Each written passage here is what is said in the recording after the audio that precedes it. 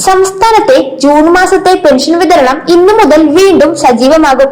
1600 രൂപ വീതമാണ് ജൂൺ മാസത്തിൽ പെൻഷനായി ലഭിക്കുന്നത്. വെള്ളിയാഴ്ച മുതൽ വിതരണം ആരംഭിക്കുമെന്ന് അറിയിപ്പ് ഉണ്ടായിരുന്നെങ്കിലും ശനിയാഴ്ച മുതലാണ് പെൻഷൻ തുക അക്കൗണ്ടിലേക്ക് ലഭിച്ചു തുടങ്ങിയത്. വീടുകളിൽ പെൻഷൻ തുക എത്തുന്നവർക്ക് ഇന്നു മുതൽ വിതരണം ലഭിക്കുന്നതായിരിക്കും.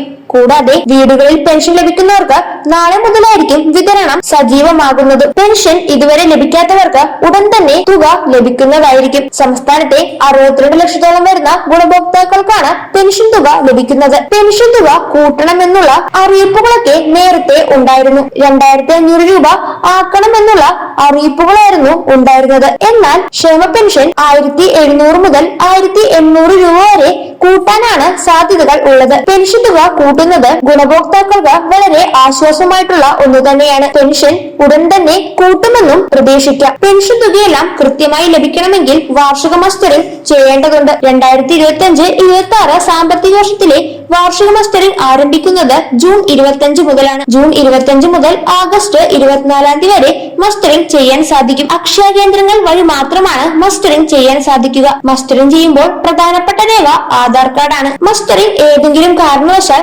തടസ്സപ്പെടുകയാണെങ്കിൽ ലൈഫ് സർട്ടിഫിക്കറ്റ് ഉൾപ്പെടെയുള്ള കാര്യങ്ങൾ സമർപ്പിക്കുകയാണെങ്കിൽ കൃത്യമായി മസ്റ്ററിംഗ് പൂർത്തീകരിക്കാൻ സാധിക്കുന്നതാണ്. മസ്റ്ററിംഗുമായി ബന്ധപ്പെട്ട കൂടുതൽ വിശദാംശങ്ങൾ ശരിയായ രീതിയിൽ തന്നെ മനസ്സിലാക്കിയതിനു ശേഷം ചെയ്യുക. 2 മാസത്തെ സമയമുള്ളതിനാൽ സമയവും സാഹചര്യവും അനുസരിച്ച് മസ്റ്ററിംഗ് ചെയ്താൽ മതിയാകും. കൂടാതെ കേരള സർക്കാരിന്റെ ഭാരത് റൈസിന്റെ വിതരണം ഉടൻ തന്നെ സംസ്ഥാനത്ത് ആരംഭിക്കുന്നതാണ്. 10 കിലോയുടെയും 5 കിലോയുടെയും സ്പെഷ്യൽ പാക്കറ്റ് ആയിട്ടായിരിക്കും വിതരണം ചെയ്യുക. റേഷൻ കാർഡ് ഉള്ളവർക്കും റേഷൻ കാർഡ് ഇല്ലാത്തവർക്കും അരി ലഭ്യമാക്കുന്നതാണ്. പൊതുവിപണിയിലുള്ള അരി വിലയേക്കാൾ 5 രൂപ മുതൽ 10 രൂപ വരെ കുറച്ചായിരിക്കും ഭാരത് റൈസിന്റെ വിതരണം ഉണ്ടാകുന്നത്. ഇതുമായി ബന്ധപ്പെട്ട കൂടുതൽ വിശദാംശങ്ങൾ അറിയാനുണ്ട്. തീയതി ഉൾപ്പെടെയുള്ള കാര്യങ്ങൾ പ്രഖ്യാപിക്കാനും ഉണ്ട്. മേൽപ്പറഞ്ഞ അറിയിപ്പുകൾ ശരിയായ വിധത്തിൽ മനസ്സിലാക്കിയതിനു ശേഷം കൃത്യമായി ചെയ്യുക.